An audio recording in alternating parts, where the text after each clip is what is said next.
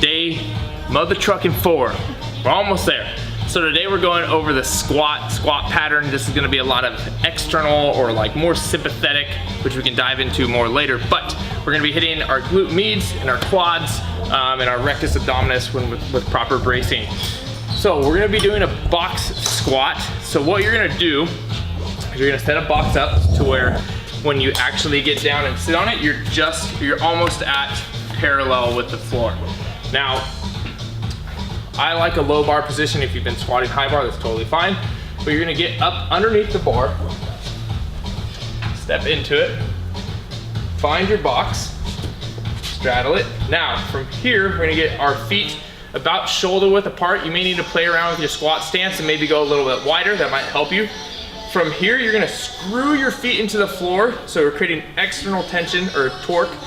You should feel your glute medius turn on, your hamstrings turn on. From here, we're gonna push our hips back slightly, and then we're thinking of pulling ourselves down to the floor. So we're not just dropping down, we're thinking of pulling ourselves down to the floor. That's gonna help you keep tension throughout the squat. So pulling myself down, sitting down and back, and then from here, I'm not sitting back and then rocking into it. We're just keeping this position, so you're gonna have to brace your core pretty hard to keep yourself from rocking back. From here, you're gonna drive up, stand up to that tall position. Use your glutes to help stand you up. Don't just use all quads and then at the end, put your hips through. So pull yourself down, sitting down and back. Here, stay braced, drive up. For 10 reps.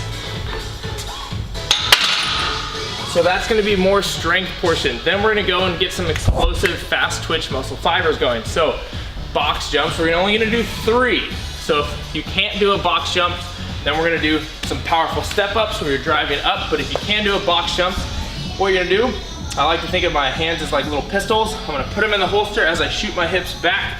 Then from here, I'm gonna throw them and explode up, trying to land as softly as possible. So come down, or you can step down if you need to, but you're just gonna do 3 box jumps before we go into goblet squats. So grab a kettlebell or a dumbbell. You're gonna get it in the front rack or goblet position, so nice and close to your body, not out here. Same principles apply with the box squat. Screw your feet into the floor. Your feet might need to be a little bit wider. You can point your toes out slightly, push those hips back, pull yourself down as far as you can, and then drive up. So when we're doing these goblet squats, I want you to go down as far as you can before you start to tuck under yourself and give me the little butt wink. So try to keep a nice long back as long as you can, and then drive up for 10 reps. Then the last thing we're gonna get into is some lateral lunges. So we're gonna be hitting the outside head of our quad. So what we're gonna do is have your nice starting position.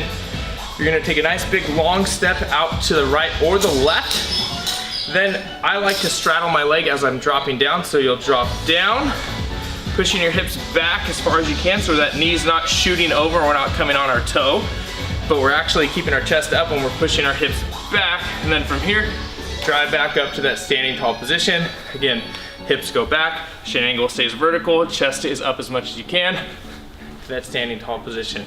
So you'll do 5 on your right leg and 5 on your left leg, and we have that for 3 to 5 times through with a 45-second rest in between. And then we're gonna go over the last little bit in the next video. All right, now that we've taken a little bit of a rest from the strength circuit that we did, now we're gonna tax our legs a little bit more. So we're doing 3 sets of 8 of forward to reverse lunges. So you're gonna stay on the same side leg for the entire time. So forward lunge, nice big long step forward, chest stays up, dropping down. Again, the shin angle is nice and vertical, but I'm driving off this front foot to push myself back, standing tall, straight into a reverse lunge. So that would be 1, 2,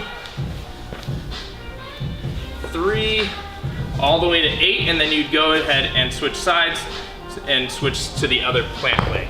After we get that done, then the last thing we're gonna do is we're gonna do some rainbow slams with a med ball. So this is gonna really get us our hip and our obliques engaged as we do a rainbow slam. So rainbow slam You're gonna start with the ball over off to one side, squat down a little bit, get it close to your body, bring it up overhead, and then turn, throw down by squeezing this, this side of your abs to then follow through, throw it down to the floor, up. So we're going 10 on each side. This is quick, explosive, getting that heart rate up, and then we're done.